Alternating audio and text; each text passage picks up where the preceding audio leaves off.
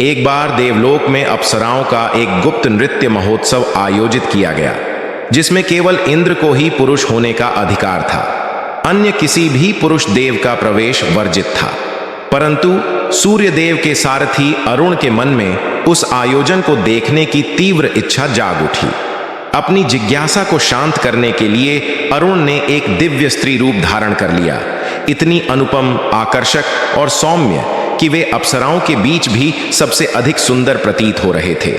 उनका सौंदर्य इतना दिव्य था कि स्वयं इंद्रदेव उन पर मोहित हो उठे। उस रात इंद्र और अरुण के स्त्री रूप के बीच दिव्य प्रेम हुआ। इस मिलन से एक तेजस्वी पुत्र जन्मा, जिसे अरुण ने प्रातः होते ही देवी अहल्या को सौंप दिया और स्वयं सूर्यदेव की सेवा में लौट आए। जब सूर्यदेव को इस रहस्य का पता चला तो उनके भीतर भी अरुण के स्त्री रूप को देखने की उत्कंठा जाग उठी। इस बार सूर्य और अरुण के दिव्य मिलन से एक और पुत्र का जन्म हुआ। उसे भी अहल्या देवी को सौंपा गया। देवी अहल्या ने दोनों बालकों का पालन अत्यंत स्नेह और ममता से किया। परंतु यह रहस्य जब उनके तपस्वी पति आर्षि गौत, तो उन्होंने क्रोध में आकर इन दोनों दिव्य बालकों को वानर रूप में शापित कर दिया। कुछ वर्ष बीते और एक दिन इंद्रदेव अपने पुत्र से मिलने आए।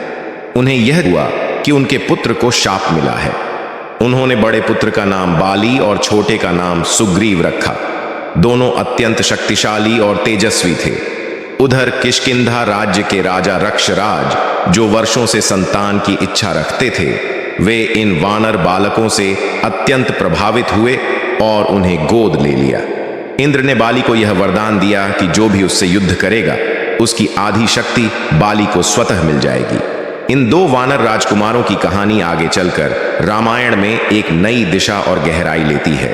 परंतु उनका आरंभिक जन्म, देव स्त्री रूप, रहस्य, शाप और वरदान एक लोक गाथा बनकर सदियों तक गूंजता रहा।